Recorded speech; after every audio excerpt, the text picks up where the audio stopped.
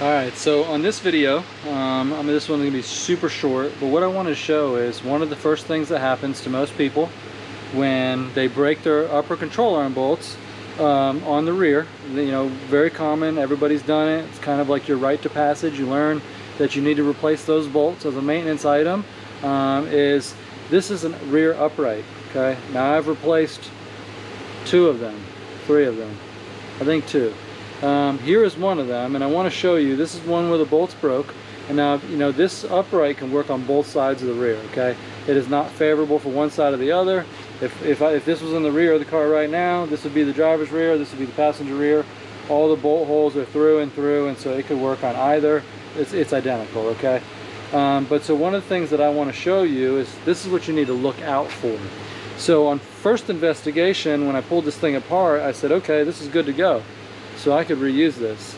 Then I started to put the car back together, and with this, or with my other one actually, the first one, when I first learned this trick, I'd cleaned it all up and had it looking pretty before I put it back on. But believe it or not, I didn't notice this one little thing, and so that one little thing is, I'm going to wave it around on the camera, right in here. You notice that? So this is actually squished in there. That hole, these bolts here are all the way through, okay?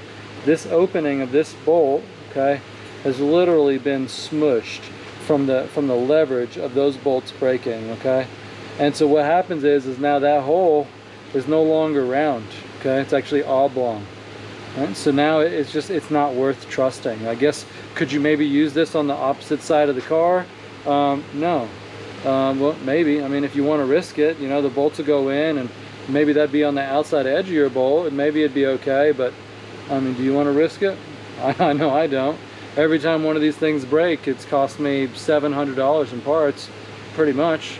Replacing a control arm, replacing an upright, replacing some hardware, a ball joint or 2, tire rod end, whatever else takes a good jolt and has some play. So that is what to watch out for, is this little crush spot.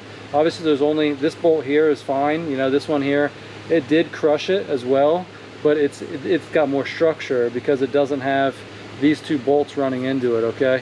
But so again, keep an eye for that. If you've ever broken one of these, maybe you put the car back together, maybe you need to take it apart and look and see if that's crushed.